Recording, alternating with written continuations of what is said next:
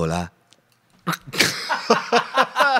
That just came to me. Hi, this is Jen Grant, and you're Hi, listening. this is Graham Kay. Hi, and you were listening. This is Adam Fox, and you're listening This to is Dylan Mandelson, and you're listening to the... This is Brian Hatt, and you are listening to the Julian. Hi, this is the word man of Alcatraz. Señores, signori. Hey, everybody, this is Little Darren Frost. Okay, ladies and gentlemen. Mi nombre es Fabio Mantoan y están escuchando a Julian Dion. This is Dave Sidhu, and you're listening to the Julian Dion Comedy Codcast. Podcast hour. Showcase. You are listening to the Julian Dion Comedy Hour podcast. Hola.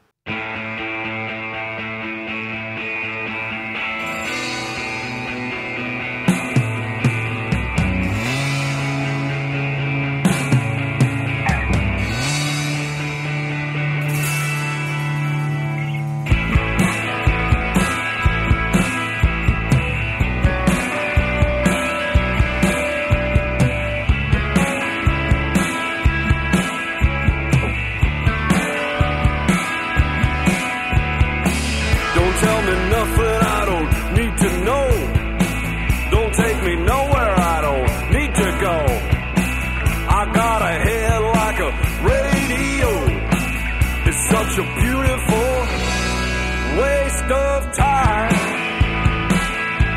A waste of time. A beautiful waste of time. A waste of time. Oh shit. Yeah. Here we are, here you are. Both of us. Episode 10.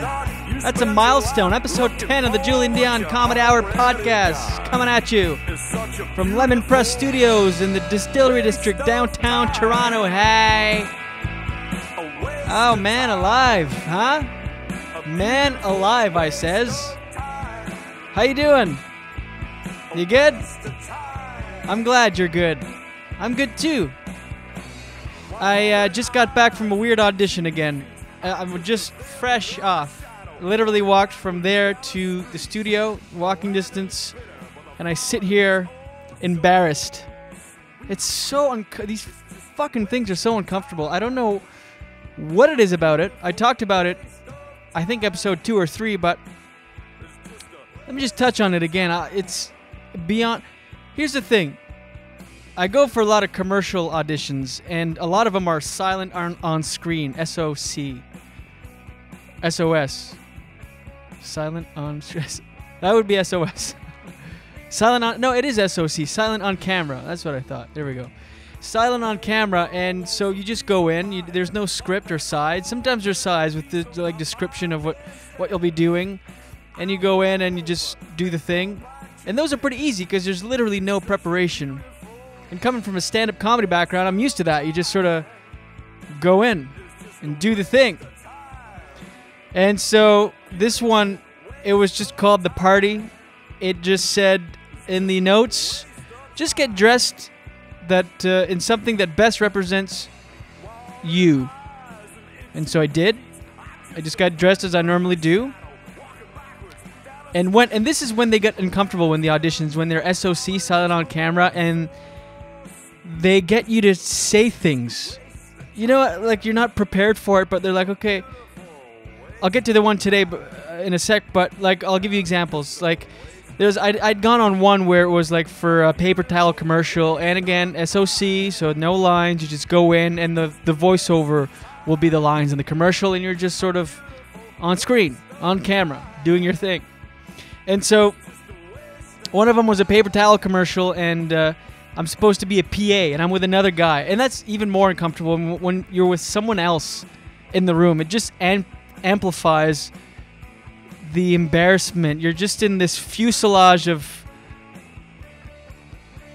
humiliation in front of like 5 people, casting directors and so on, and then there's another person that you both don't know what you're supposed to do, so you're just winging it. So it ups the uncomfortable factor by a lot. Oh shit, hold on, let me get that. Sorry, that was unprofesh. That was Garage Baby, of course. Actually, I just did an intro, started playing the song, and I usually come in at minute 1, and I was listening to the whole thing through, and I'm like, oh yeah, I have to do an intro. Anyway, so this paper towel commercial I do, and it's silent on camera. I don't know how many times I can say that in an episode, but which means that no matter what you say to the other person, like sometimes you have to have dialogue, but it's just they're just going to see your lips moving. You're just sort of not background, but it's there's going to be voiceover, and you're just acting, fake acting, facting. So it really doesn't matter what you say. So I'm in there with another guy, double the uncomfortableness, up by 100%, uncomfortable factor, and we're just both there embarrassed. And they're like, okay, just pretend you're doing, or like act like you're doing physical labor. And again, these are weird because you're just in an empty room with people. So you're just like, this is me shoveling, I'm miming. You got to up your miming skills. So the other guy starts, and this is when it gets uncomfortable, is when the other person overthinks the dialogue, because there's no script. So they're like, so act like you're doing physical labor and just have some small talk between the two of you. So literally you can say anything. You can address what's happening in the room, like this is uncomfortable. You could say anything at all. And that's sort of the direction I was going, where it's like, okay, let's talk about what's happening in the moment because it doesn't matter what we say. So let's just do that. And the other guy overthought. He's like, he became a writer all of a sudden. So I start doing physical labor, and he comes in the shot, and we engage in small talk. So I'm doing the thing, miming shoveling, which I killed. Then this guy comes in from camera left, and he's like, Hey man, how you think Jan is gonna do today in this thing, huh? And that throws me off. I don't know what the fuck. Who's Jan? All of a sudden, I'm like, yeah, I bet she's gonna do well. It's like, yeah, she is. She's been training for a while. It was a paper towel tug of war commercial, and we're the PAs setting up the tug of war. So I'm like shoveling, and he's supposed to come in like hosing mud or hosing earth to make it mud or whatever.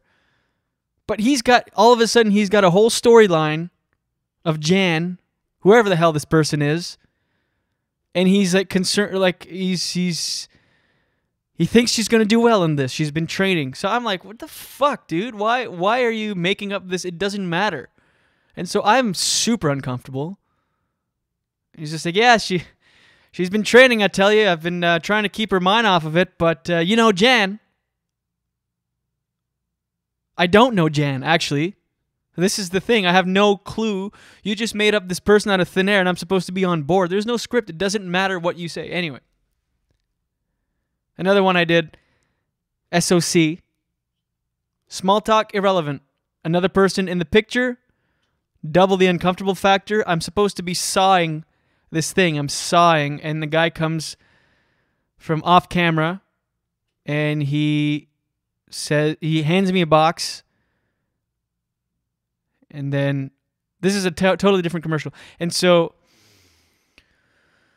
the casting director is like, okay, and just again engage in small talk, just whatever, just basically move your lips. It doesn't matter what you say. And I'm of the school of, let's just talk about this. Let's diffuse the uncomfortable, the awkward factor by talking about it. And again, this other actor overthought it and came in with a full script. And so we're in front of these people. There's 5 people sitting behind a table, and I'm like miming sawing. I don't know why I get all these physical labor things, but anyway, I'm miming sawing, and then this guy comes. It was a Habitat for Humanity PSA. So he comes off camera, and again, over fucking thinking the thing. He's like, hey, there's my man. Yeah. Did you take lunch today? No. Yeah, I thought you didn't take lunch. You never do. The boys and I always say how you work too hard. You got to stop working so hard. You're going to work yourself to death. This is okay. Now the boys are involved. You guys are talking about me behind my back in this fake script. You're judging my non-existent work ethic that we're pretending I have. Like, fuck. What? So if you're an actor and you're listening to this, if you get an SOC role and they tell you just engage in small talk, don't overthink it. They don't care. You're not getting extra points for creativity. Just go in and do your thing. Talk about, hey man, how you doing today? These things are uncomfortable, right? I know. I never know what to do. Like, I feel like my arms are too long right now. And you laugh, and that's all you need. Just conversation. The words don't matter. So I had one of those today, which is where I just came from. And it's like, this one, again, 2 people in the room, like 2 actors in front of 5 casting people. So double the awkward factor, 2 people. And it's like, okay, you're at a party and there's no fucking script. Like, just send us a script or at least an outline. So it just said, get dressed in a way that best represents yourself. So that's, again, what I did. Show up, not knowing any idea of what to expect. So we go in the room, and then we get all this direction on the spot. And this other guy, he admitted, he's like, I never do this. He was super nervous. So awkward factor threefold. So we get in, and he's like off camera again, and then they're like, okay, you're at a party. You're going to make Caesars, and you're dancing. You've already had 6, 7 Caesars, so you have to dance and get into it. And there's music playing. Your favorite song just came on, and you are in it. In a quiet room full of grown adults, might I add. So I'm like, all right. I'm already dreading when they say rolling. I'm dreading it. And then my new buddy is going to come off camera into the shot with a pizza. He puts the pizza down. You hand him a Caesar. You say, there you go, my man. Little signature Caesar of mine. You know him. You love him. And then he takes out his phone, takes a selfie, decides he's going to take... This is all direction on the fly we're getting. Takes a selfie with the Caesar, and I won't stand for that. These are my signature Caesars, and he's taking credit for it? Nuh-uh. Not on my watch. So I have to photobomb his selfies with the Caesar. It's the most ridiculous thing ever. So I'm like, oh, fuck. She's telling me this. The dread is just piling on, building. And they're like, all right, rolling. So I'm like dancing to nothing. I'm like, all right, okay, yeah, let's do it. Pour Caesar, pour another Caesar. They gave me like 2 glasses of water, thankfully, some props. He comes in from off camera, and they're like, again, you haven't seen each other for like a long time. So I'm like, hey, my man. Hey, brother. Hey. And he's like, yeah, what's up, man? So we shake hands, and then I give him a Caesar, and he's like, it's quiet now in the room, and they just remind us that I keep dancing. Remember, you're at a party. So I'm like, oh, fuck. And I'm like dancing to complete silence. And he's like taking selfies with my Caesar. And I'm supposed to be upset, but not upset. I'm like photobombing, but because again, in commercial world, it's all good all the time. Everything's great. So I'm not really angry. I'm just like, photobombing his thing. And I can feel my face getting red by the second. I just feel embarrassed, hot, beads of sweat start rolling down my back. Anyway, and then the selfie session lasted way too long. They're like letting us go. I'm like, oh, fuck, come on. Say cut, say something. And of course, they eventually did. Just a quick thank you. That's it. Just thank you and no feedback. So you leave there just full of shame and embarrassment. Let's get to my guest today. And I hope I'm not repeating myself too much. I know I already had an audition story, but this just happened. It was fresh, and I wanted to share. So, actually, before I get to my guest, let me do this. Quick message to my mom. Message to my mom. Message to my mom.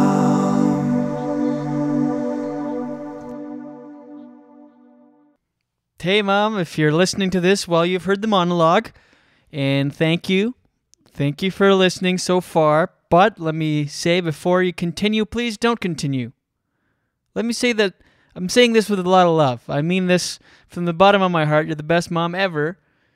But you might not like what we hear, especially in this episode. We get, we throw the goods. We throw down the goods. So please, Mom, in respect to me and my wishes, please turn off the podcast. And I say that with nothing but pure and utter love.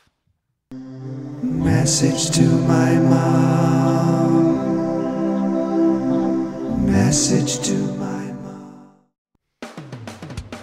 This episode of the Julian Dion Comedy Hour podcast, episode number 10. That's right. Sorry, squeezed an ad in there. Are you mad at me? Do you feel like I'm taking advantage of you? I just had to do it. Quick ad. This episode brought to you yet again, Echo One Photography. That's right, Toronto listeners. If you're a comedian, musician, actor, actress, business person, whatever, you need some headshots done, Echo One Photography will do that for you. You own a business, want to shoot some product for e-commerce or advertising purposes, Echo One will do that too. Email Eugene, that's EUGENE at echo1photography.com and at JDCH in the subject line for special offers. Do it today.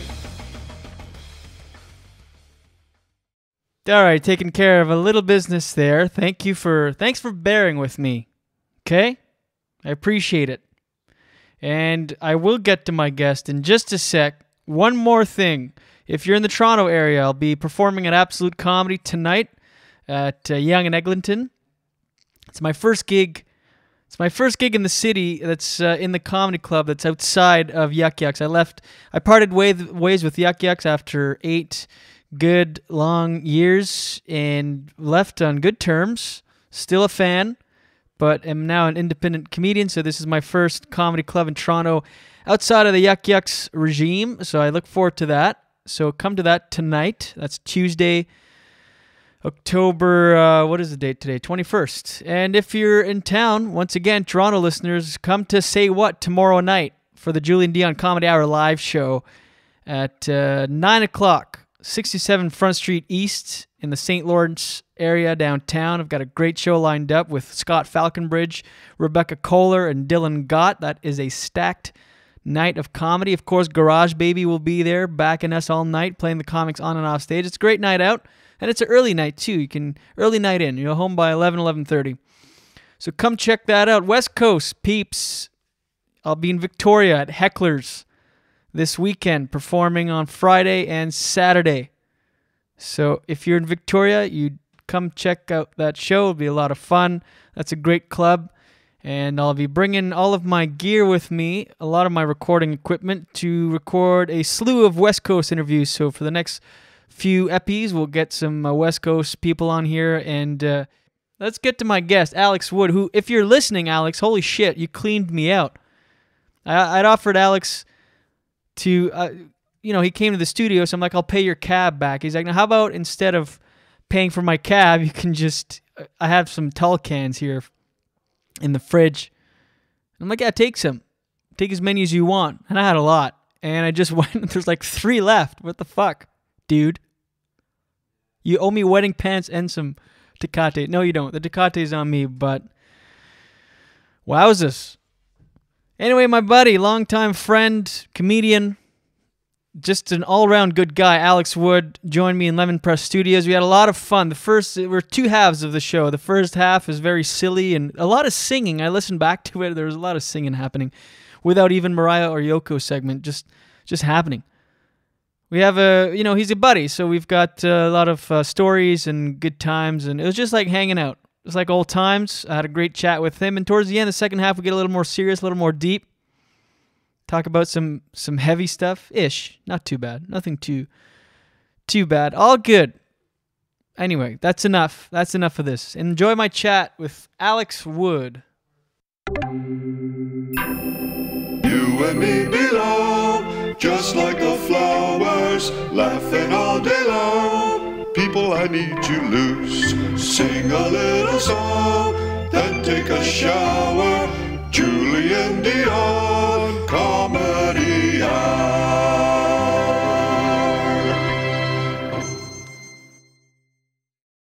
My parents got divorced when I was growing up. Did anyone else's parents get divorced when they were growing up?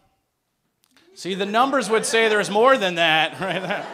Yeah, and I was having a good night till now. It's not that big a deal, you know? Like, my parents got divorced when I was growing up. It didn't, like, affect me or scar me or anything. Everyone cries on their birthday, right? But, like, one thing from the divorce, like, I could feel it still inside of me to this day, is every time my friend is going through relationship troubles with his girlfriend or whatever, my advice is always, always stay together. You two can make it. Like, that has to be from the divorce growing up. Like, it's a Freudian thing inside of me. I just can't watch another breakup. Like, it's pathetic. I make myself look stupid. It does not matter what the problem is. My buddy could be like, oh, man, I'm done with this girl forever. She sucked my brother's dick. And I'll be like, she gets along with your family. Come on, man. What are you talking about? I don't want to move again. And then I run out of the room crying. Okay, and that, of course, was my guest today. He sits in front of me in studios, in Lemon Press Studios. He's a beautiful man. I love this man dearly. We go back several years. He's a great comic, very funny guy. He's been to the Just for Laughs Comedy Festival. He's done a taping for the iChannel, that's up here in Canada, called No Kidding, starring Alex Wood. I don't know if that's... They should have called it that. And anyway, he's here. He tours coast to coast with Yuck Yucks, very funny, as you heard in that clip. And he's here for you, for us, together. We're doing this. Alex Wood. Finally, The Rock has come back to the Julian Dion Comedy Okay, Hour. I wanted to talk to you about this because you're okay. Oh, don't branch in wrestling, or I'll. No, let's branch out. 3-hour wrestling podcast. Okay, and first of all, Alex was early, and I gotta admit, I judged you. I was like, fuck, I got time. I'm He's gonna be gonna late. yeah. He's gonna be late. You Like piece of garbage. and I was late. He was here, played a prank on me, said he couldn't make it. I was on the streetcar, and I was getting hot. I was like, motherfucker, because I'm coming here to do this to the studio, and I need you. I needed you to be here. Anyway, turns out he was early and watching wrestling clips. Did you see the Rock's come back to Raw last week? I wasn't watching live because the show's so fucking terrible. We can swear. Whore cunt. The show. Eat the mic. Eat the mic. The show is so fucking terrible. I don't watch on the regular anymore. All wrestling fans pretty much just read about it and then watch the big important pay-per-views and stuff. And then he came back by surprise. That was okay. Sorry about you being late, by the way. Yeah. Back up for a second. I see you're like, oh, I know Alex is going to be late. And I was like, why am I showing up for 4? If they're in the newsroom, you know how they have like LA, New York, Paris with the clocks? Right. If Julian Dion's clock was on there, the hands would just be spinning wildly. There is no time in Julian Dion's What do you world. mean? Because I'm late? You work on your own schedule. Yeah, that's true. I guess. That's a nice way to say inconsiderate late asshole. I'm late for everything. But okay, good, fair enough. But right away when we talked this afternoon, and you're like, "I'll be there right for 4." I'm like, "All right, 4:30, I can roll in." Yeah. I thought I'd have like a half hour to set up and do my research. How tall is Alex? Anyway, back to the clip. I'll throw it up on the Facebook. If you go to facebook.com/JD Comedy Hour, I haven't watched wrestling in years, and I used to a lot back in the day, and because my buddy Renee was on. Renee Young's your fucking friend? Renee Dupree. Renee Dupree's your friend? Oh Yeah, my man. God, that's so cool. Childhood best friend. That's fucking amazing. In fact, we grew up together, best of friends growing up, and he started working out in the 5th grade. In the 5th grade, he was like, I'm going to be, at that point, the WWF. I'm going to be on the WWF. His dad was a promoter, Emil Hold on, Dupree. I don't know if this will pick up, but let me interrupt for a second. Do it. Yeah. Oh, that's the second tall can being cracked. Shit. Anyway, and so this episode brought to you by Tecate, Mexican product of Mexico. I don't know if you're allowed to do that. You're right. I'll edit that out. This episode brought to you by Nike and Microsoft. They won't have any problems with that. Just do it. I just spilled a lot of beer on my jeans. I'll edit that out. But yeah, we were, and he was he knew he was going to be in the wrestling, and he. Like, genetically speaking, he's not meant to be a big guy. I mean, he was skin and bones, rail thin, and he started working out. Doing steroids. Started working out. Doing everything. In the 10th grade, he was the same size as The Rock. This would have been in 99, I guess. And when we were graduating, he actually in the 12th grade, he decided he was going to go down to Kentucky for WWF camp. That's so cool. And at that point, he was an amateur wrestler. I mean, he was doing the Grand Prix circuit. We all are. Of course, in the Maritimes. And I was like, dude, bring me with you. I'll be your rail thin, tiny manager type. I'll stir up shit, you know? And he told me, he's like, okay, I'm going this summer. You coming with me? I'm going to Kentucky. Let's do it. And I chickened out. At that age, you're like, this isn't really happening. How is it really a thing? And I remember actually back in the day, he used to say he always wanted to be a villain for some reason. That's why you want to be. I want to be a wrestler so I can walk into a city and with a microphone tell them why I'm better than them. Right. And their city sucks. Yeah. And America's garbage. Right. Heel wrestler seems like the greatest job in the world. Right. So, and that was always his thing. I mean, we were like 8th, 9th grade. He was like, I want to be a villain. And cut to years later, I'm watching Raw, and he's in the middle of the ring being booed by 20,000 people, and he's waving the France flag because he's Acadian French, so he speaks French and English. His mom is English, his dad's Acadian, so he speaks both languages perfectly. He doesn't have an accent when he speaks English, but he put it on for the show. And so he was doing the Kentucky camp, and the Iraq War broke out in 2003, so they thought perfect opportunity to bring on... Freedom fries. Yeah, exactly. Everyone hated France, so they brought on a villain. And what a perfect... Yeah, spark that shit. Alex Wood. Okay, here comes... 420, everybody. Second guest ever to light up in Lemon Press Studios. Do it.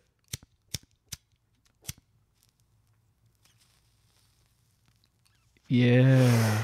I think the burn noise even picked up. Yeah, it did. That was perfect. This is a Biggie song in here now. And there's a rule. You have to blow that shit in my direction. Yeah, that's so strange. I don't support that. You've been doing such a good job. I think the only reason you had me on today is like, I want to get high. What the fuck's going to happen? I can't smoke weed. I don't edit out the burps, by the way. I'm not editing anything out. Good. Tecate is sponsoring this episode, whether they like it or not. See you in court, Tecate. No, but now time for our weekly segment, Racist Street Joke, presented by Apple Computers. I'm going to do that. I'm going to be the first. I think under parody laws, you can say whatever the fuck you want. Right. About like that fake sponsors and shit, but then like that dumb Starbucks thing? Yeah, exactly. As long as everybody knows it's... Okay, let's stay on track.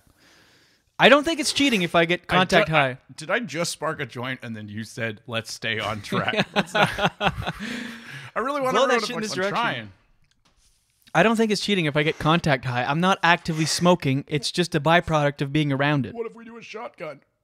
Well, that was directly in my face. No, because it had been a few months since I had stopped, and then I went to the underground to see Todd Glass, and I got contact high, and I was like, this is the answer. I'm like, I'll just do this.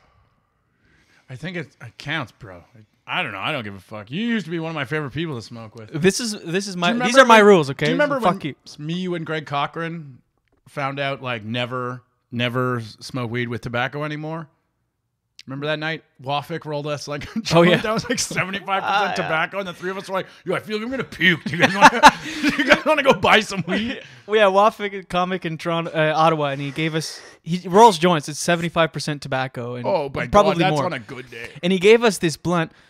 Yeah, he gave us this blunt, and we went smoked it, and we're in the... It was at Absolute, right? I think. Was it? It was outside of Absolute Comedy. In Ottawa. This is the fucking B Comedy Club. Yucks every night. 236 Laugh if you're in Ottawa. 967 something else in Toronto.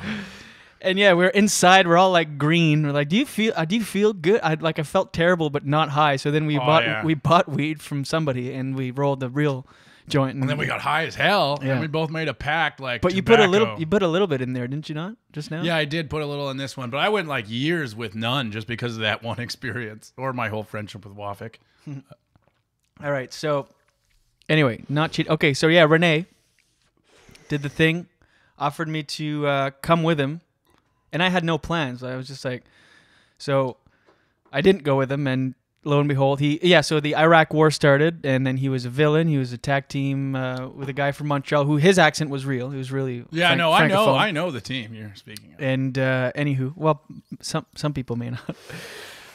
Oh fuck, we're recording a podcast right now. I thought we were talking. And anyway, so I used to watch wrestling a lot. All that to say, and now he's in Japan doing really well, actually. Is he in fucking New Japan Pro Wrestling? Yeah, he's been for... probably New Japan Pro Wrestling. That's crazy.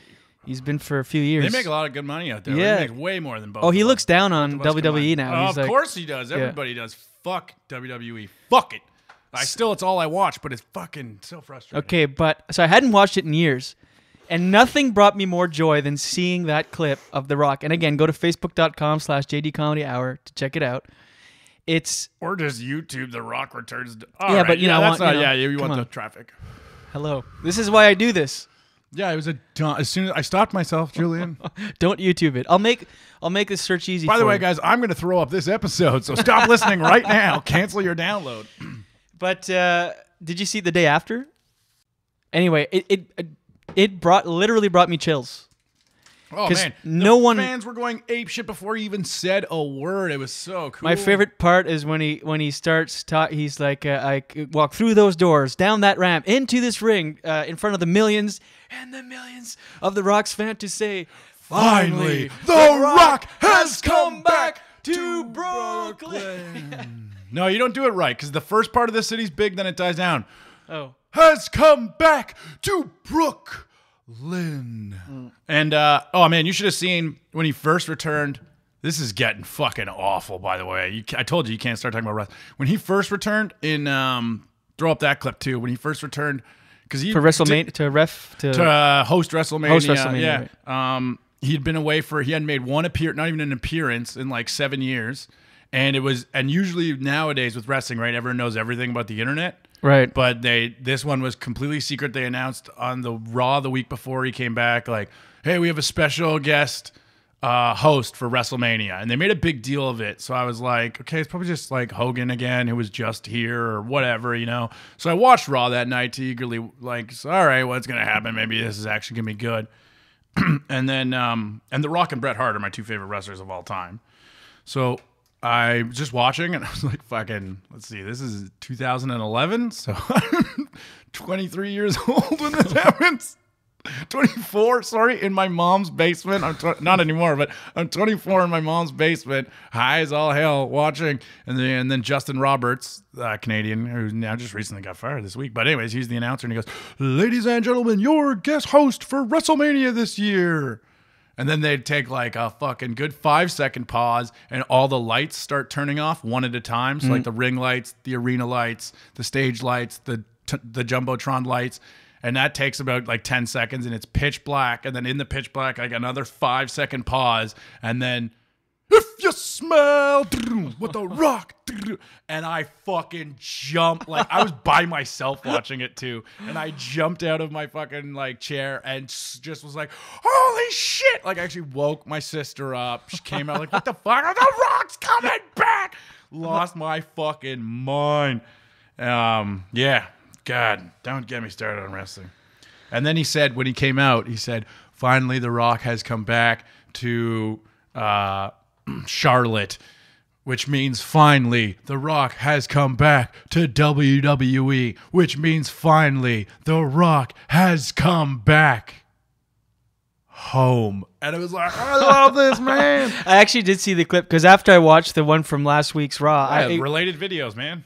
Wormhole of Rock videos for like an hour and a half. I was like, I was just at home just for specifically rock videos. Like, I love, like, I've started on, like, I watched a YouTube video on like Stone Cold Steve Austin driving the Zamboni out to the ring, and then related, like, oh, I haven't heard that Limp Bizkit song in a while, and then related, and then I'm on like 9/11 conspiracy videos, and then switching back to like curling highlights, and it all started. It's crazy. That's a fun game to do. The old YouTube wormhole, which actually it's even better when you're high. Hey, what's like, if right off the top of your head, like a song that you're really embarrassed to like? Really embarrassed to like? Because I, on the way here, listened to My Way by Limp Bizkit, which is the only Limp Bizkit song I can even tolerate. Which is weird to mention them earlier. You know that song? Yeah. It's gonna be my way, my way. And I fucking hate myself for liking that song. Okay, I've got two that come to mind. Stained. All the time. That's I can't remember. You know what's funny? They all sound the same. I thought you meant their first song. Can I blame this on my mother? No, you know the one I'm talking about, right? Yeah. That is a good song. I want to listen to that when I get home. That one, and another one comes into mind. The Rock. I think it was with Sheryl Crow. I've been sitting here trying to find myself. Okay, no. That's Only I God Need to Knows Ru- Why. Oh, that's what You're it is. talking about Picture with Sheryl Crow and Kid Rock. Oh, maybe. Okay, so but Only God Knows Why is the Only is God one. Knows Why is that's funny you mentioned that one, yeah. And back to wrestling, there's a video of Scott Hall, like after he got out of like his 70th rehab stint, singing along to that song into like a webcam. And then me and my buddies like were listening to it on drive home, and I started singing along with Scott Hall singing along as if we and making us both in the song. People don't know about the things I say and do. They don't understand the shit Scott Hall and I've been through. Like, and I was doing that one.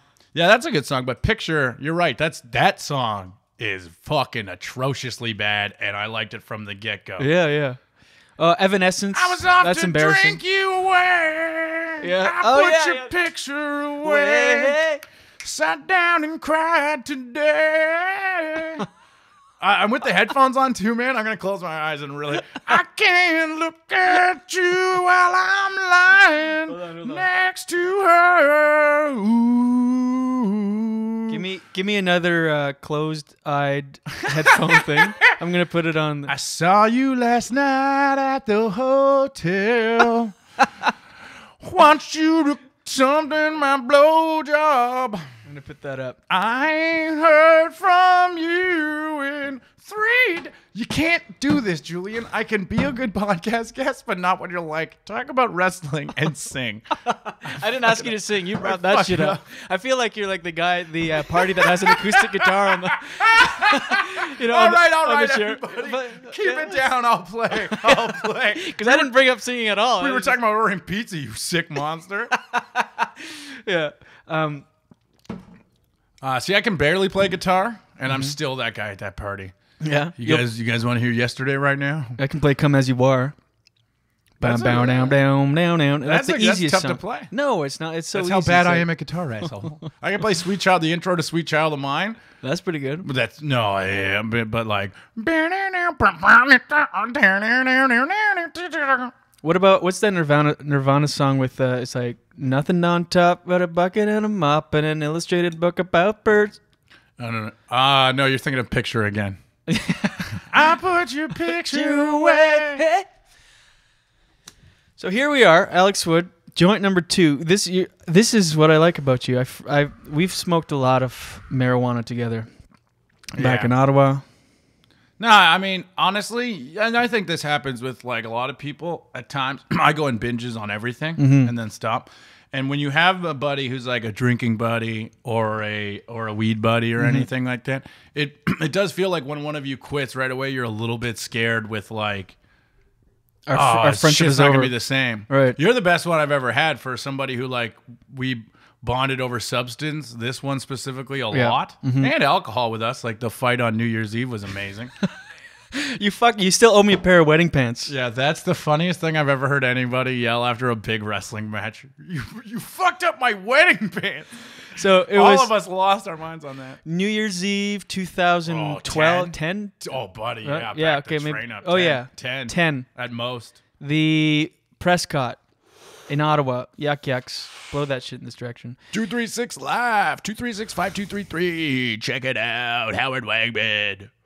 This episode is also sponsored specifically by Howard Wagman. That's true. Howard Wagman. Close personal friend, Howard Wagman.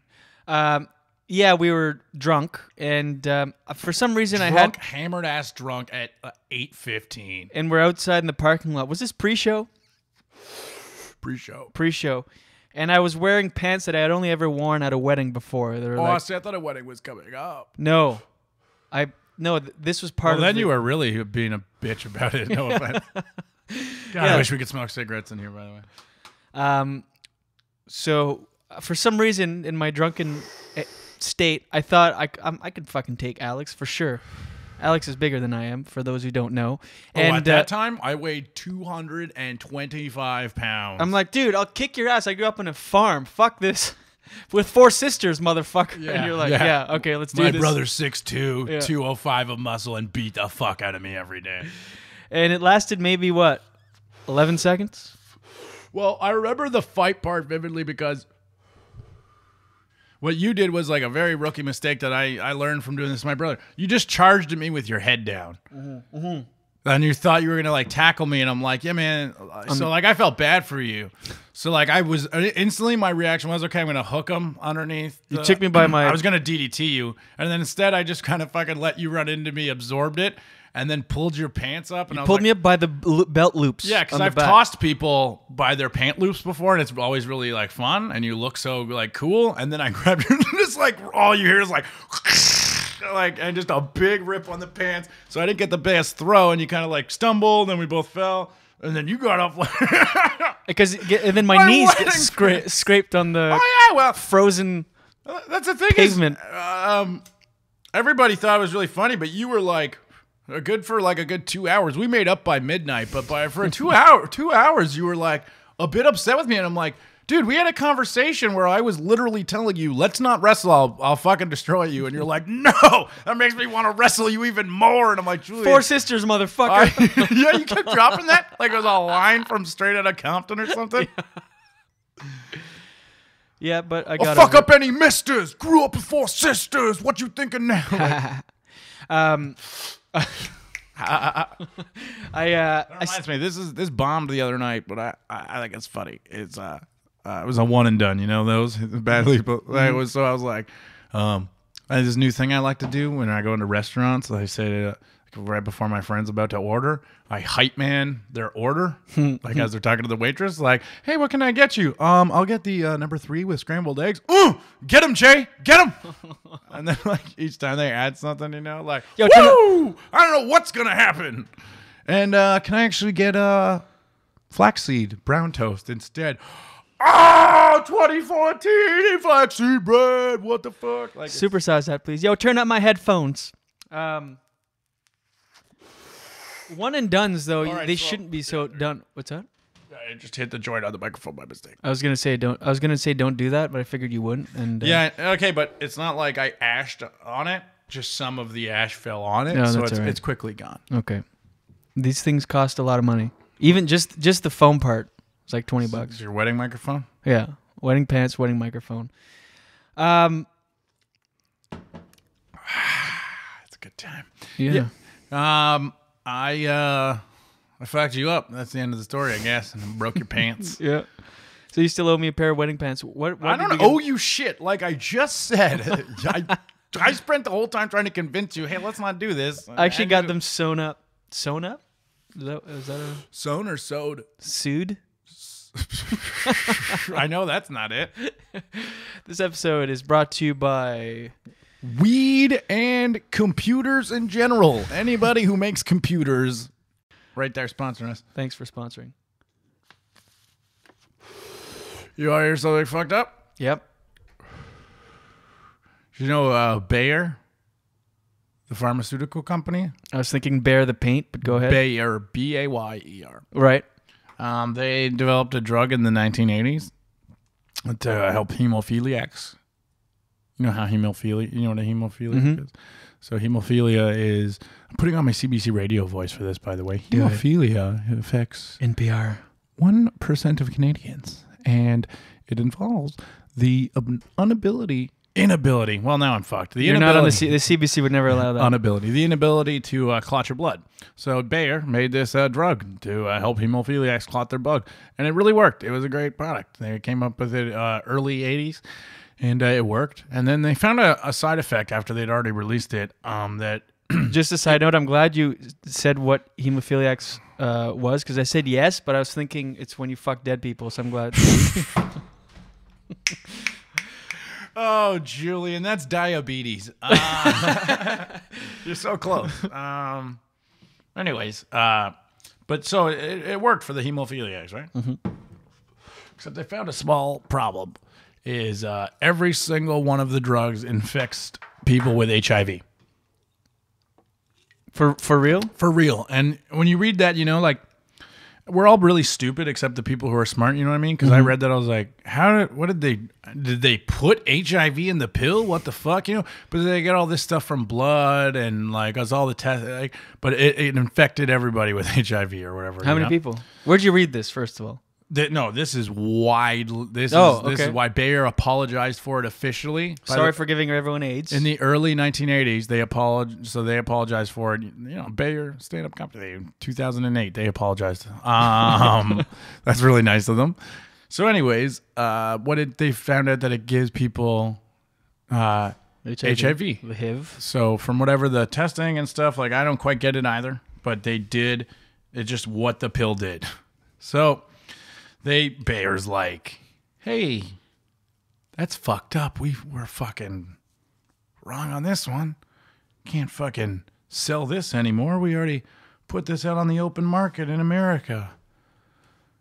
And we got like 100,000 of these left. 100,000 of these HIV pills. Well, we can't throw them out. Let's send them to Asia and Africa. South America. Because I was reading the article too, and I was like, it's going to be Africa. It's always fucking Africa. Fuck. Or it's Africa or Haiti. One of these two people are getting fucked over in this. It's everyone with like, Bill's 1992 Super Bowl champs and HIV. HIV pills. That's what they get. Yeah, that's what they got. Is a fucking, yeah. The 1998 Minnesota Vikings Super Bowl champions and horrible disease. So they sent them to Asia and South America. I love that too, though. Like everybody, I always tell this to Africa when I do that pause. They're like, Africa. You just always think it, man. So, am I racist?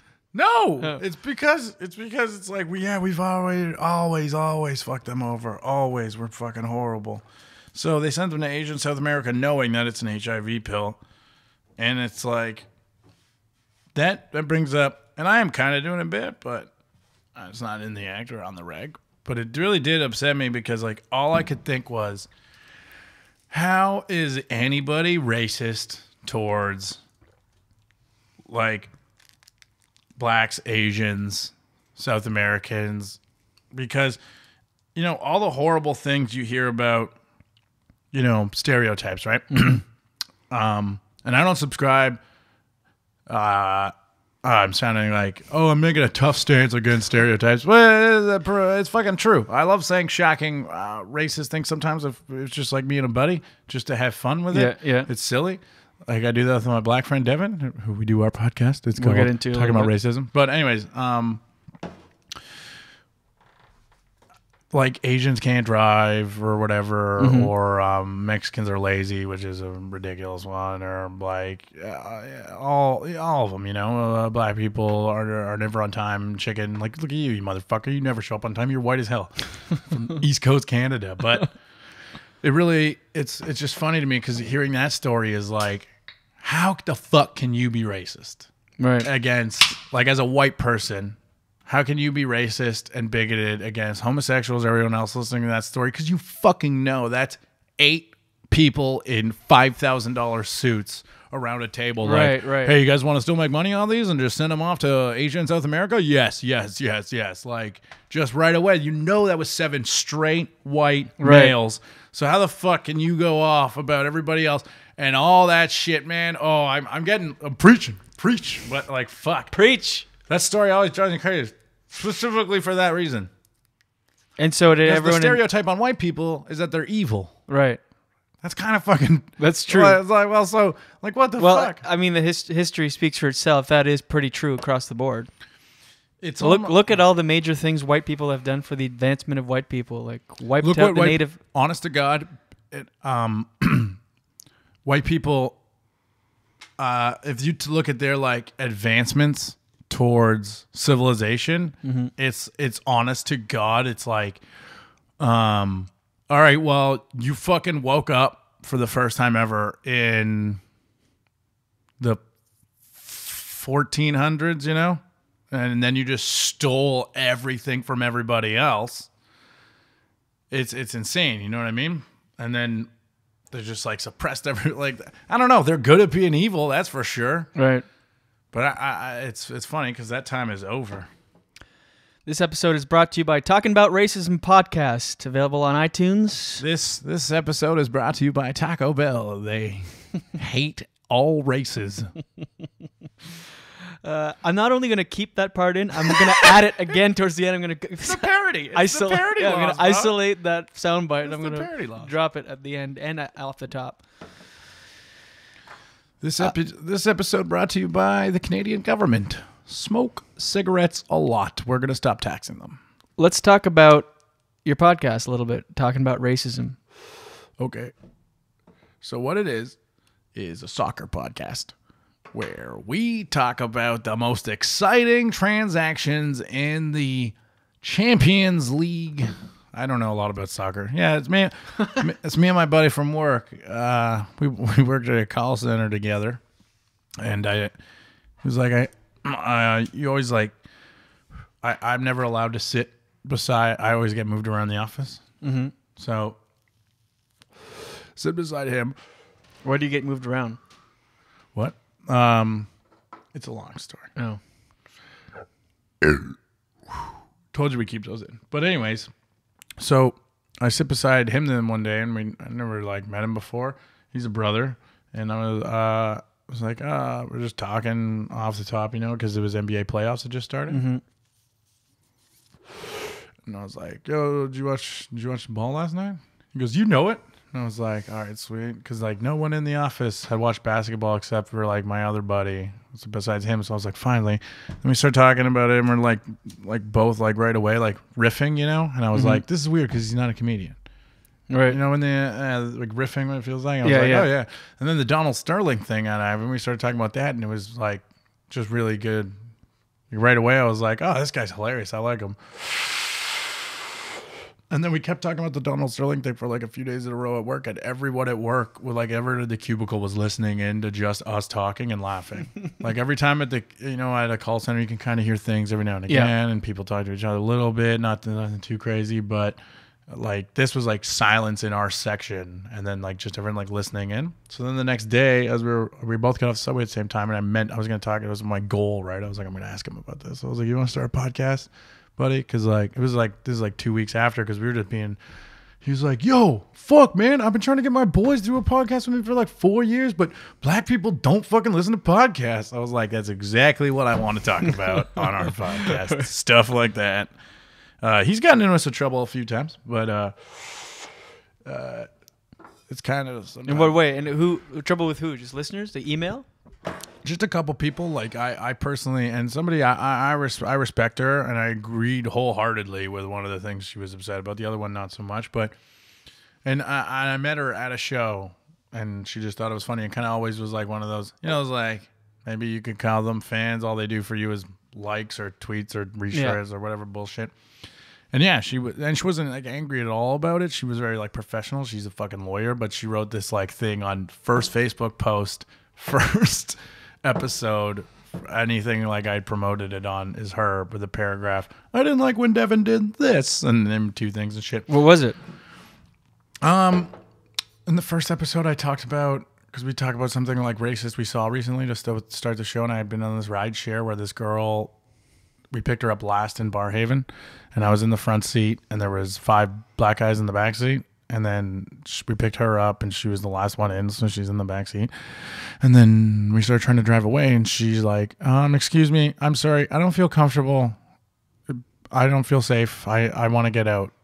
And we're all like, fuck, man, like, this, and it's right during this hashtag yes all women, and everyone in the car, you could tell, was like, man, I fucking hate my gender. Hate my gender. Like, of course she doesn't feel safe. Fuck this, man. Surrounded by 5 guys. Yeah, one of them just like assault me right now. It's like, fuck.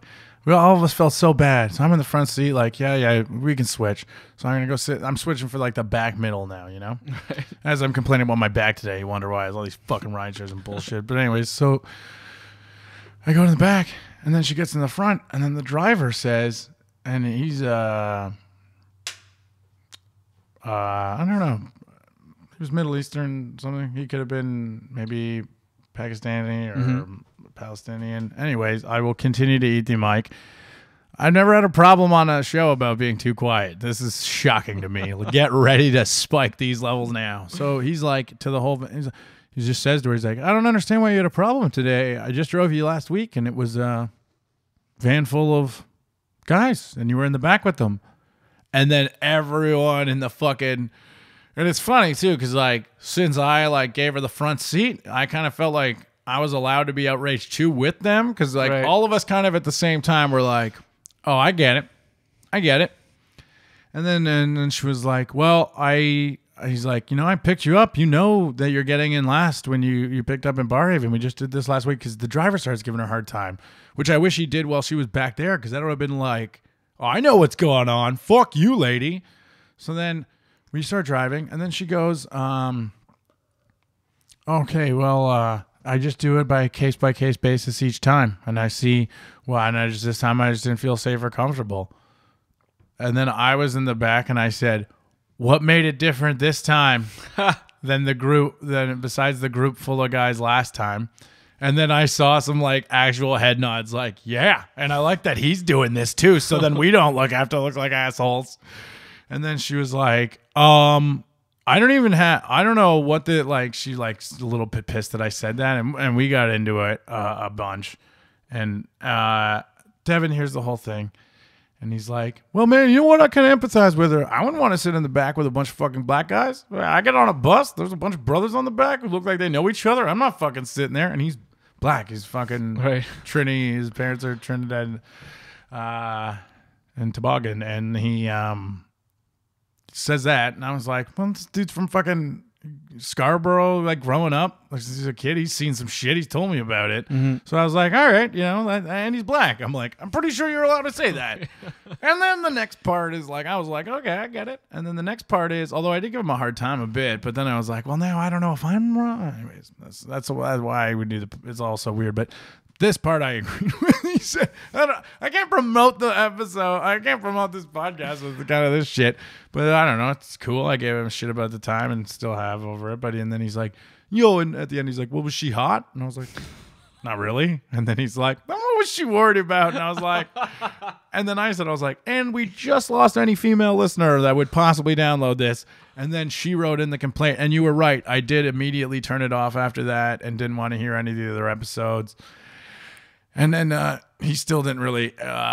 We had Janelle on, and she was like, same with me. She's like, yeah, fuck that. That's cool that you didn't want to sit that. I get that. And then on the next part, no, you're an idiot. So, but we explained it to him. Yeah, I think he's coming around on some things. Yeah, like, I mean, I don't know. I'm trying to like, you probably might get offended if you listen to our podcast. So it's not like good promo. I don't know. We're doing all right, but and explain the hook at the end, the bit you guys do every show. Well, see, that's another part that I thought like it was really good at first, and everybody was actually saying like that's a great idea. And the more I'm thinking about it, like, anyways, so Devin's black. And we call a prostitute at the end of every episode who has written in her ad, no black men allowed, like I don't see black clients, like internet prostitute ads for Toronto. And we call them, and Devin tries to convince them, telling them that he's black, that they should let him have an appointment anyways. So right away, the first 3 calls he made, they didn't even fucking... They hung up on him before. One of them asked him his nationality, and then when he told him, she said, yeah, I don't see black men, and hung up. The first 2, hey, what's going on? Hi, who's this? Oh, my name's Kevin, and I just wanted to possibly hang-ups. Like crazy. And we're like, what the fuck? So he's 0-3 off the top. And then we thought of an idea like, all right, what if we make this like a football season and see if he can make the playoffs? And then do some sort of like championship, pretend, because we were keeping his record. So he was 0-3. Then he won like 2. Then he like lost 2. So he was like 2-4, and it was like, it seemed like it was gonna be really rare. And he just went off on this crazy streak. So he finished the season 10-6. So pretty good. We said, since it's so difficult and he had to learn on the fly, those first 3 were so fucking quick. Yeah. We were like, okay, 10-6 is a division win and a first round bye. So he's got 3 calls left to make. And then if he makes all 3, he wins the Super Bowl of calling prostitutes to convince them to see black clients. And if he doesn't, it's whatever he makes it to. And I kind of want to stop it because, like, I don't know. It's been very, like, well received, but just the few people that have been like, man, this is... And now, like, a really good point somebody made, I think it was Dylan, was like, yeah, but you've already done it. You know what I mean? Like, you've done it enough times to prove it is possible, and sometimes it's not going to be. At this point, you're just doing it to do it now, and there's no point. So it's like, we're on episode 16, and we're going to have 3 more of those calls taking us to 19, and then episode 20, I think, like a review, just Devin and I kind of talking about all that shit, and how we felt about it, and then think of something else that would be a good ending to the show. Or, I mean, we already have the new ending thought of, and we're going to surprise release it. All right. It's totally thought of. Yeah. So stay tuned for that. So check it out. Talking About Racism. Talking, I-N at the end, right? Yeah. T-A. Talking About. TBR. TBR. Check it out. And we have a connection on that. I pranked you. Yeah, I'm going to go outside for a cigarette while you tell everyone, because I don't want to relive this. No, you have to. No, we'll take a break. We'll come back. We'll. No, I hate you. Actually, let's do this. Let's talk about it for a minute. I'll drop the clip in. We'll take a break, drop the clip in, and you can go have a cigarette, and they'll come No, in for let's the close. play the clip right now, because I have to go have a cigarette, because it just came to me that this is going to happen. What's going to happen? That I have to relive this, how angry I was for a second and how scared I was. It still gives me the chills. It's still because of this call. I just now, when you were like, hey, so tell us about the end of your show. And I was like, I don't know if people are going to find out. I'm so scared because you fucking scared the shit out of me.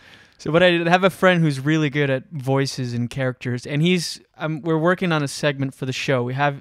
So we did some test calls and stuff, and we're going to be introducing a new segment. But on our first round of test calls, we were calling people we knew, basically, just to sort of get the juices going. And I thought, let's call Alex. He does this thing at the end of his podcast where he calls, as he just explained the whole thing. So the premise of our prank call was my buddy's a pimp, if you will, a man of the evening. And he calls Alex to demand payment for an appointment that they made. He says that you convinced one of my girls to fuck a black guy, and she doesn't do that. They're going to hear all that.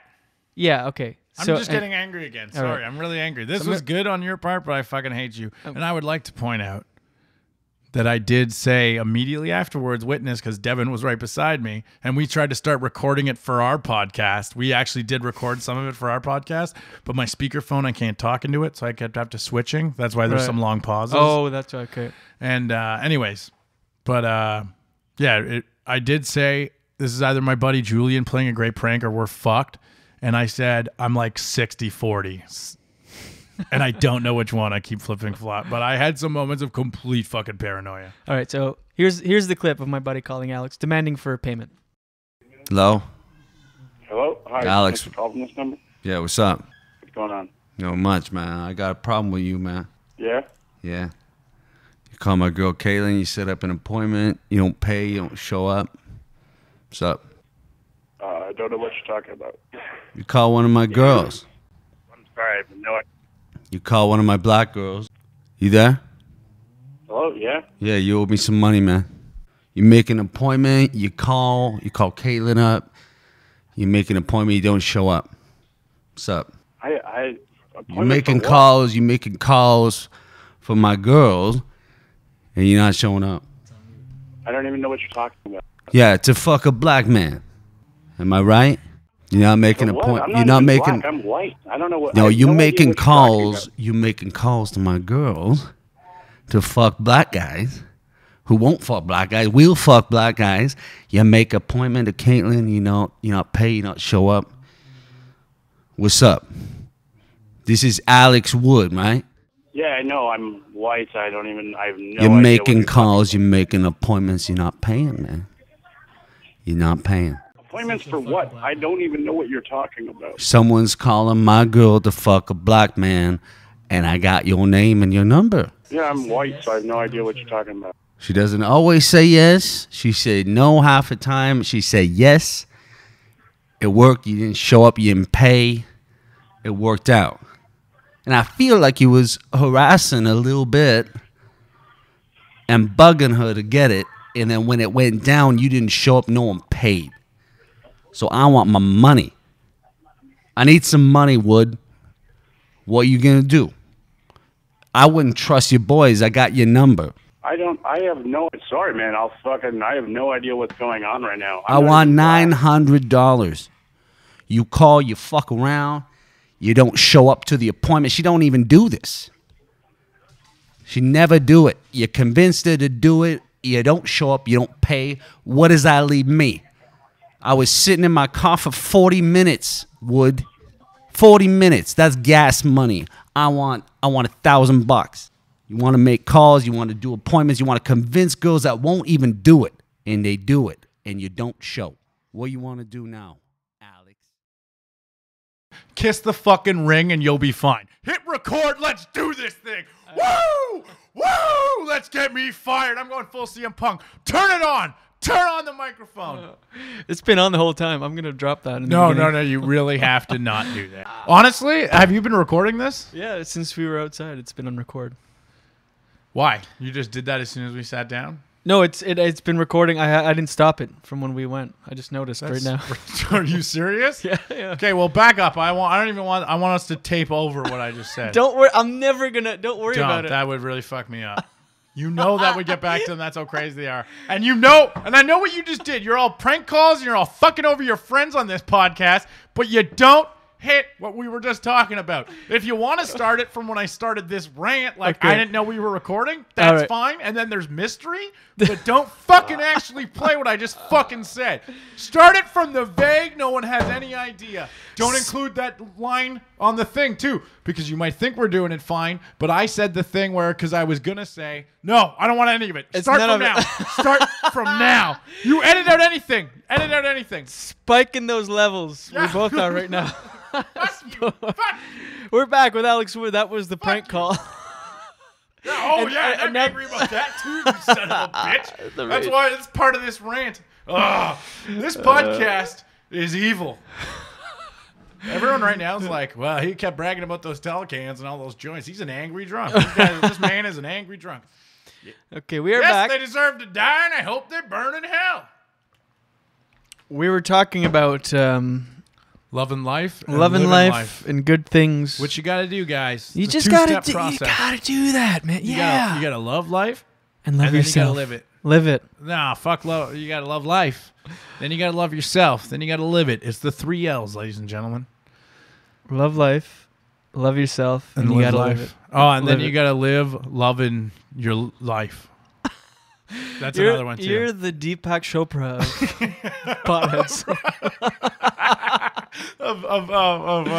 of just nonsensical rants. Yeah. I do that to my girlfriend a lot. I do. I say fake romantic things. It's my most favorite thing you can possibly fucking do. Like if we were like walking through a grocery store and it was like special this week. I was like, you know what? You're special to me every week. Or like just really awful things like that. It's my favorite game. Usually they're better than that, but I have to actually see something.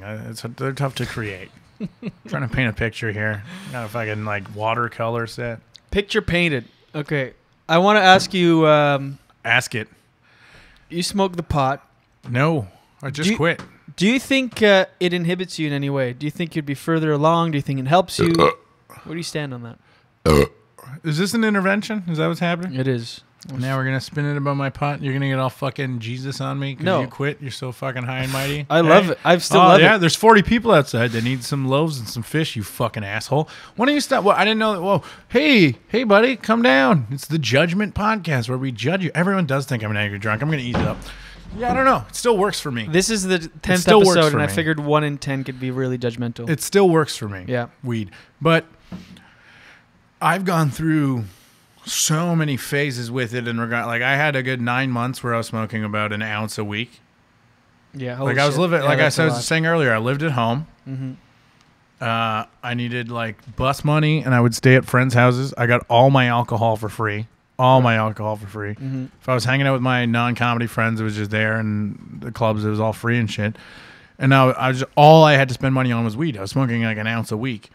and not sharing either very much, a little bit. That's a lot because my peak was half an ounce a week, and I thought that was a lot. Well, those were a lost 9 months. That is such a and that's such a hazy time in my life. Actually, that was just funny. So you can't do that.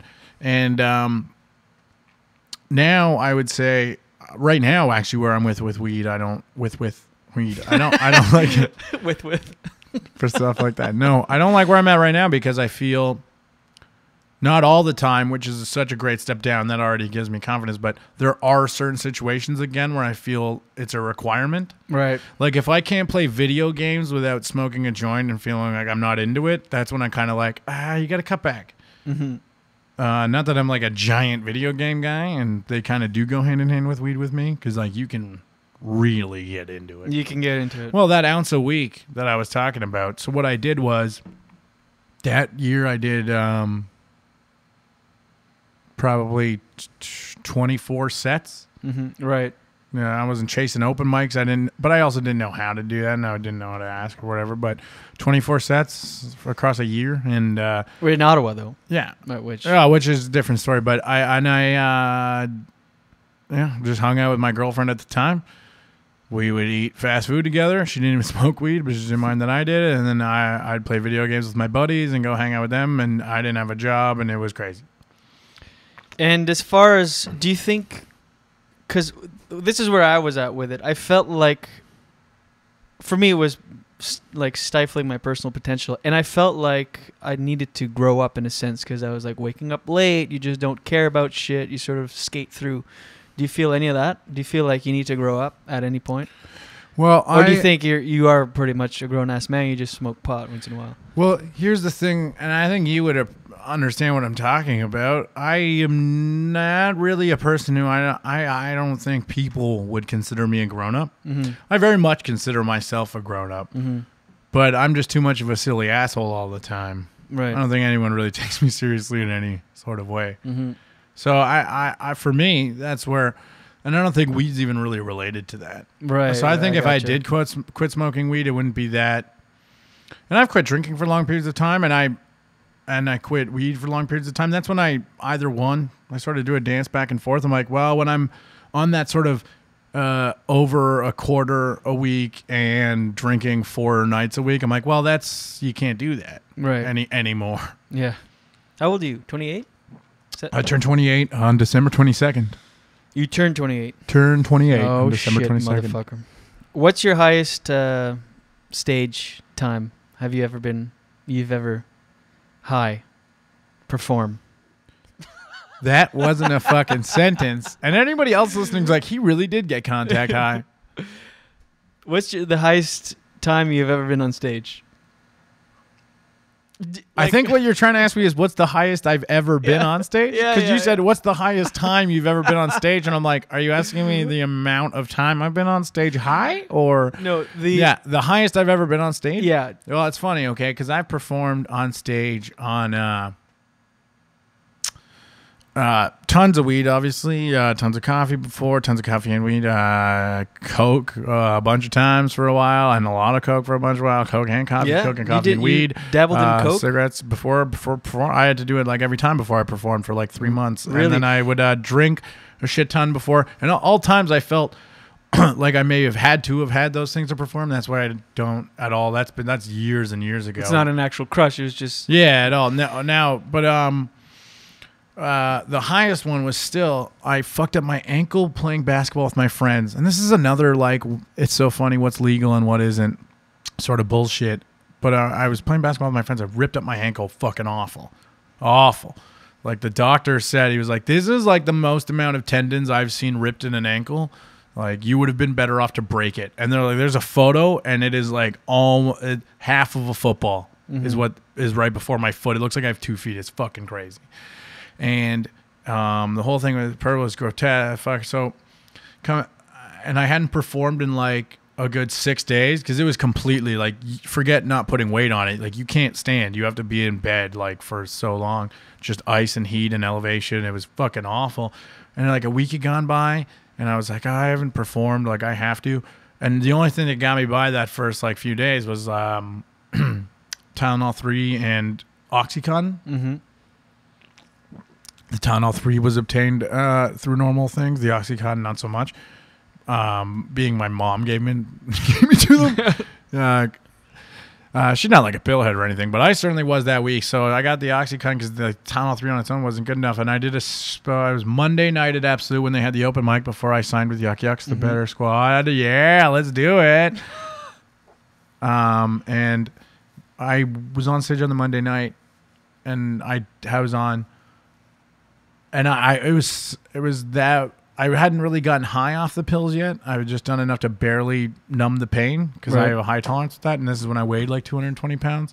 So I was like, I really have to not feel this ankle tonight. So I did 2 Tylenol 3 and 3 Oxycontin and then went off to Absolute for the Monday. And I was high as I've ever been. So this isn't even on stage, as high as I've ever been. And my ankle still kind of hurt. It was fucked up. I was like, no, I'm high, but I still can't even put any weight on it, you know? So I went on, Brendan McKeegan's hosting, and I went, he was hosting, and he does time in between, like, you know, the guy he just got off stage and me. And I was like, and I'm standing in the alcove waiting to go because it's like packed place and you just have to weave your way through. By the kitchen there? Yeah, so you have to weave your way through and stuff. And I was, no, further away. So you're really close to the stage already and you still have to weave and shit. And he starts doing his time and I'm like, I can't stand anymore. So like, I just walk to the stage and sit on the stool behind him while he does the bit and do like the laugh. And then did my set. I'm supposed to do 6 minutes. Like, and I was actually doing really well only because it was like I introduced off the top, like, hey, this is my ankle. That's why I sat down behind Brendan. I can't fucking stand right now. I was like, and showed everyone the photo of my ankle, which was crazy. And then I was high as hell. So people were just laughing at me pretty much, just fucking going crazy for like 8 minutes telling the story or whatever. And then at the end, I remember still, it was like, because I did 10 minutes instead of 6. I still remember now, like, and they're super strict there about and time.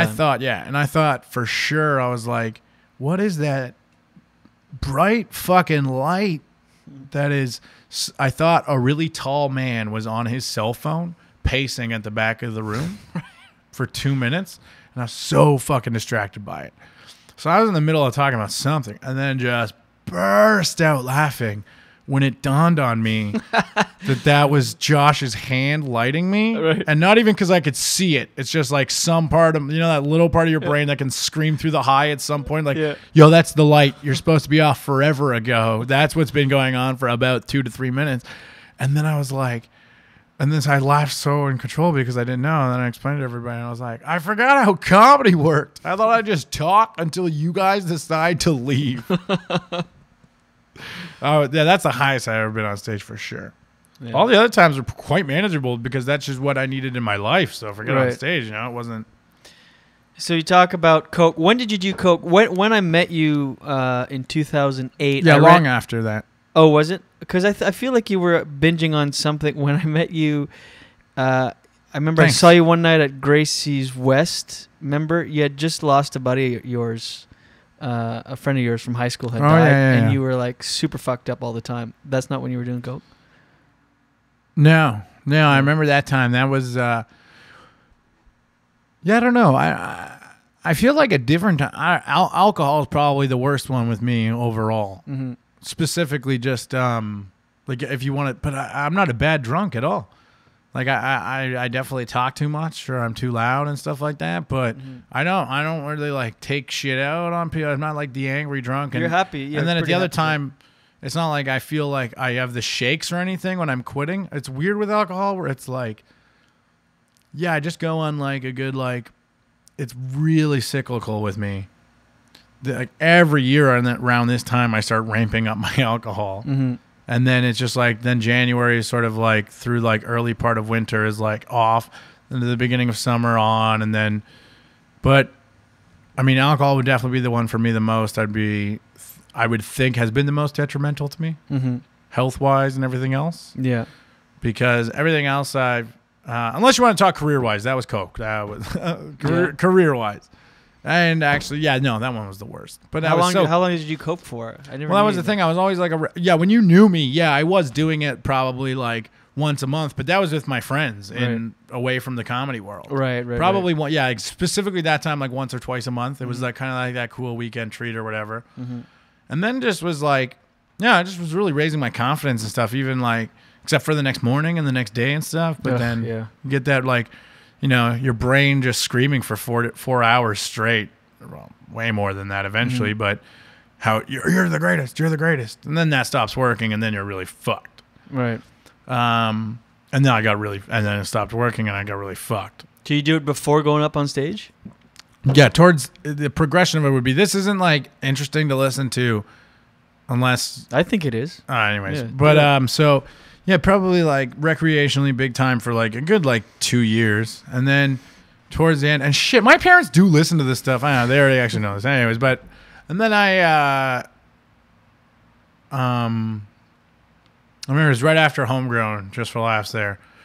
I got back, and that was still like a 2 times a month kind of thing. And even before Just for Laughs, I still had the presence of mind. Like, it's like, oh, like 3 months out from the festival, I still had to smoke weed every time I performed at this point. Like, I had to smoke weed to go on stage. And I remember talking to like a bunch of people about it. I was like, it's part of my routine. I can't just change that. Like, you know, what was it? I found out at like mid-May. So like, I can't change my routine that I've been doing for a year, 2.5 months away from the festival. And everyone told me, yep. And I remember Matt Carter and I did a tour. I did like 3 shows one night, like one at Yucks Elgin, then Prescott, then Absolute. Because before I signed on the Good Squad, right? I love that place. And then I was like, and each time we tested how long before I smoked a joint before I went on, and what time, with the perfect time, we decided 40 minutes. So anyways, because that's crucial. But I still, too soon, too late. Coke was the way I looked at it, like alcohol almost, you know, like a crazier alcohol. And I was like, okay, I even kind of cut back on alcohol leading up to it. And then, but at the festival, I was a wreck drinking shit. But it was so much fun. Like, I was and meeting people and seeing like my heroes and shit all drunk and talking to them. But then I got back, and I was like, instantly when I got back, you know, like I was really happy with the way the festival went. Like, I got to, like I said, it's all like, mostly it's the fucking comics I met, you know, like Louis, and I smoked a joint with Jim Brewer, and like a bunch of fucking like people that was like, holy shit, like Mark Maron, just like tripping out and shit. And then got back and was like, okay, so everything here is kind of boring now. And then I was so ignorant at the time, you know, I was 22. And I was like, well, now everybody runs at me and offers me things and I don't do anything. Now somebody, hey, this is where you're going. This is what happens. Write this, do this. And somebody else figures that out because I'm so stupid. Then it's like, no, there's a shit ton of a million hilarious people that are like getting all these things that they work, you know? So I was like, I didn't get that at the time. And I got back and I was like, well, this is all boring. And then like 2 weeks went by. I was like, well. Oh, I see what you're saying. No one's kind of, so I went back. I was like excited, like, okay, well, I put off Coke for like 3 months. So I still remember vividly when I got back, like August, like it crept up on me where if you would have asked me at the time, I'd be like, oh shit, like what the fuck? Because August was, I remember I just got a shit ton because I had money for a second. Yeah. I was like, I got a shit ton for the first time ever, like more than just I was going to have that night. Right. This is the first time I'd ever done that, that's the step, you know, everyone says like, don't buy weed, like just pay people to smoke you or get the small amounts, you know, or whatever. You never want to like have it on you. That's why you quit. You said you can't have it on you. You do it all. Well, that was the same thing with me. And then when I started doing it by myself, and this was another thing with weed, when I started doing it by myself and was like, this is in a way more enjoyable, that's really bad news. Right. So then I got like really carried away where August, it kind of like, I was like, Jesus Christ, like didn't even really think it's a thing. And then September was a good, like, I remember I had this one week in September, it was probably like the early on, and I had this frosh gig. It was like 300, 400 kids. And I knew there's frosh gigs with that many people, they're so easy. I was doing like 13 minutes or some bullshit. With Wilner and Patterson too. And I was like, yeah, I'm going to do Coke before I go on stage tonight and see what that's all about.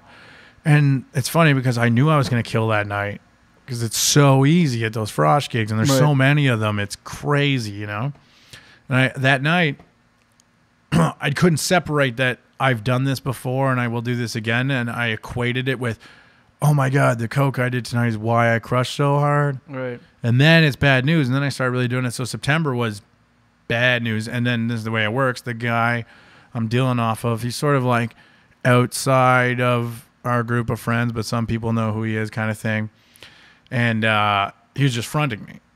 So like, because I was spending all my money on that shit. I wasn't even really smoking that much weed. I was drinking a shit ton because you have to.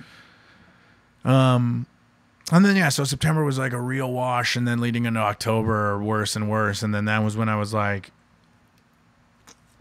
really had a big crash. Really felt like, and I equated it with stand up for so much. And I was getting so many gigs at that point. And there was probably like easily a good, I'd say like, it was like, I don't know, feels like I'm talking about Joe DiMaggio hitting streak or something. Like, I don't know, I would say there was a 28 days in a row sort of thing. 28 days later. Crazy. Which is like strange as fuck when it like sneaks up on you.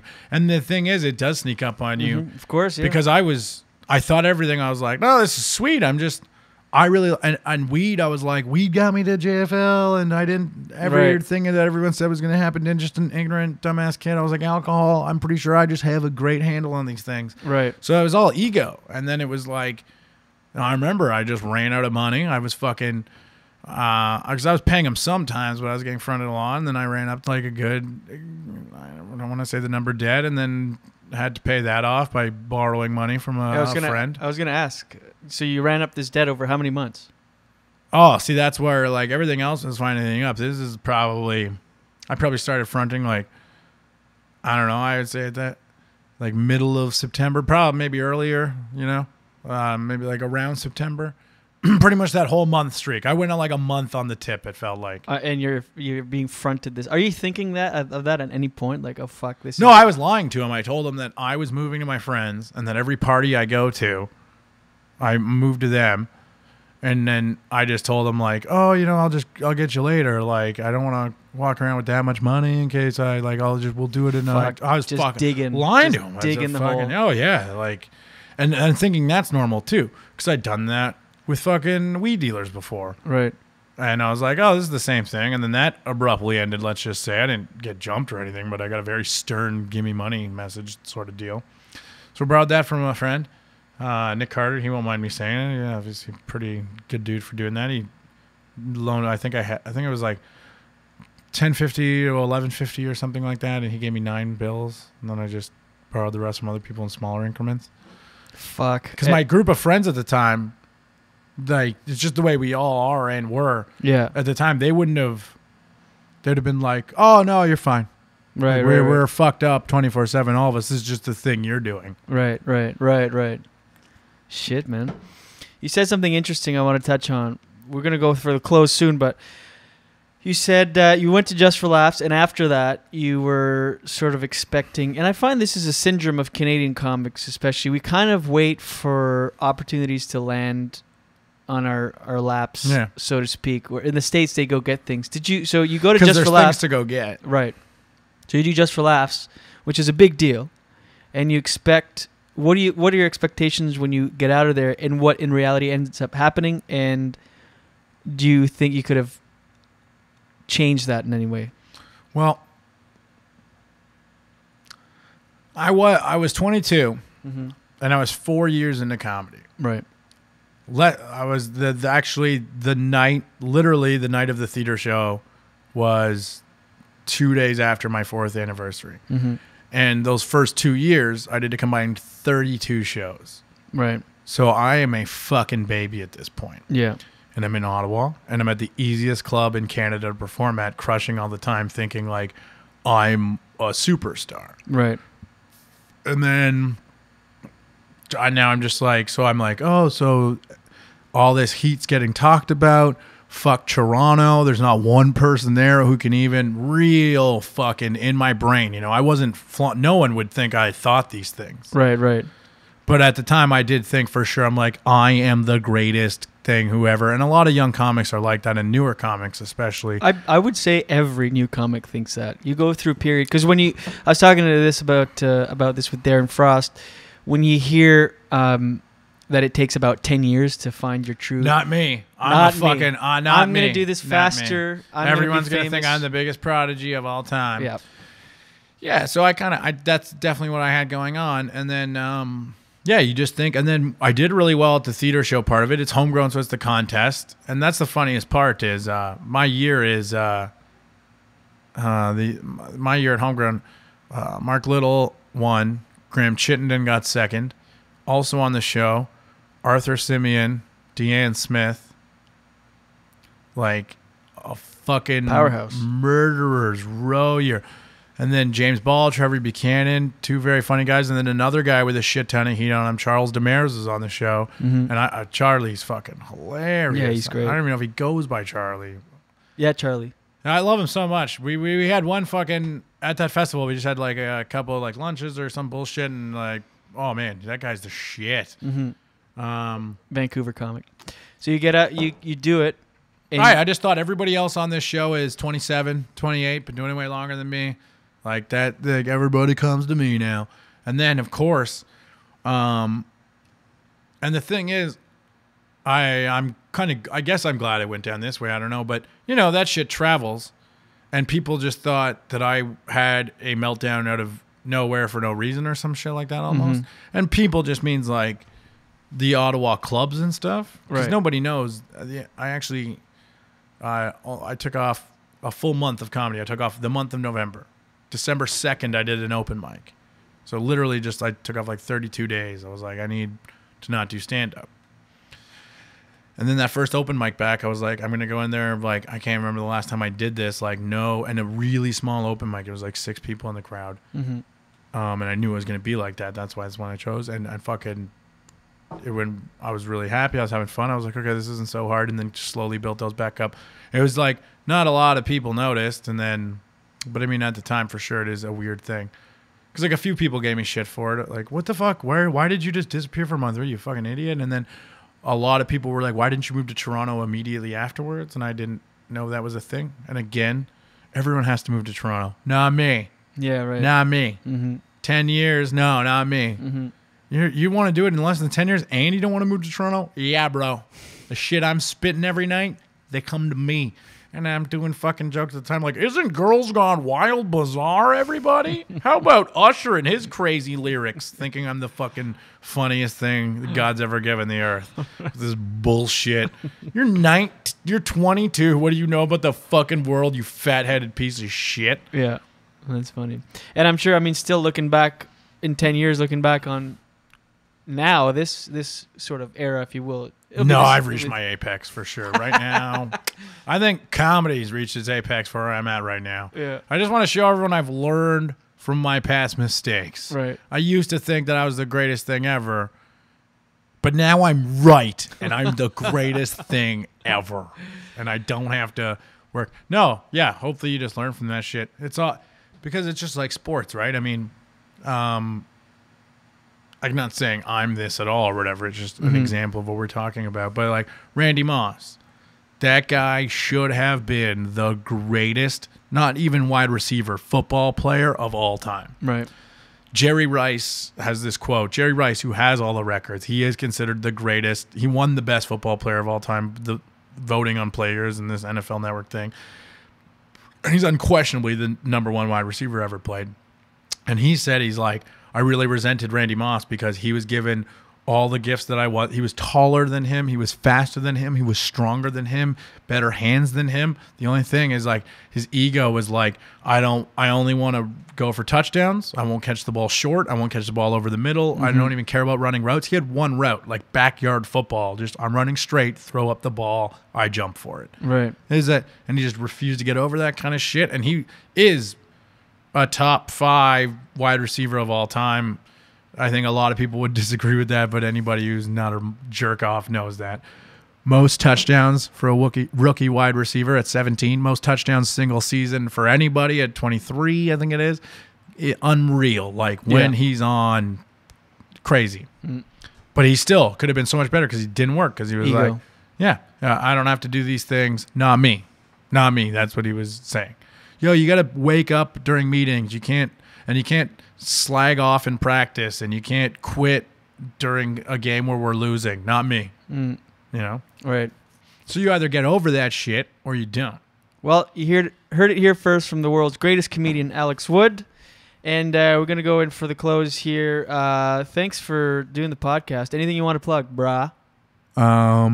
Yeah, Atwood Comedy on Twitter and the podcast talking about racism. No G, no A. Talking about racism, TBR. Thanks for doing the show, bro. And sorry, it got kind of Oprah towards the end there. That's what I like. You brought it there. I don't actually. I'm sorry to everybody else listening. Why sorry? I like to get real. This is I what know, we do. but then I was like, holy shit! I always dodge this shit on podcasts. The but you first bring it half out we were of me. silly You and we bring were it out. laughing. You and bring it out. There we go. This should be the theme of the podcast. You bring it out. It's like no. That sounds like a fucking dirty man in the park. You bring it out. I bring it out. All right, thanks for having me, buddy. Watch your head. And there we have it, episode 10 in the books. Thanks to my guest, Alex Wood. That was a good time. That was a good chat. Thanks to you for listening always, and be sure to subscribe once again on iTunes and rate that shit. Email the podcast, pod, at jdcomedyhour.com. Follow on Instagram and Twitter at jdcomedyhour. Also, check out Facebook. We're going to put up the rock link that we discussed off the top, facebook.com/jdcomedyhour. Thanks to my producer, Adam Fox, and my sound engineer, Miles Lacroix. And that's that. Oh, come to Say What tomorrow night, Wednesday, October 22nd. Got an amazing show lined up with Scott Falconbridge, Rebecca Kohler, Dylan Gott. That's a good night of comedy for the Julian Dion Comedy Hour live show. Garage Baby will be there, of course. My friend Adam David doing a guest spot on the show as well. So come on out for that if you're in Tirana. Otherwise, that's that. Keep listening. Thank you so much. Mom, I love you, and watch your head.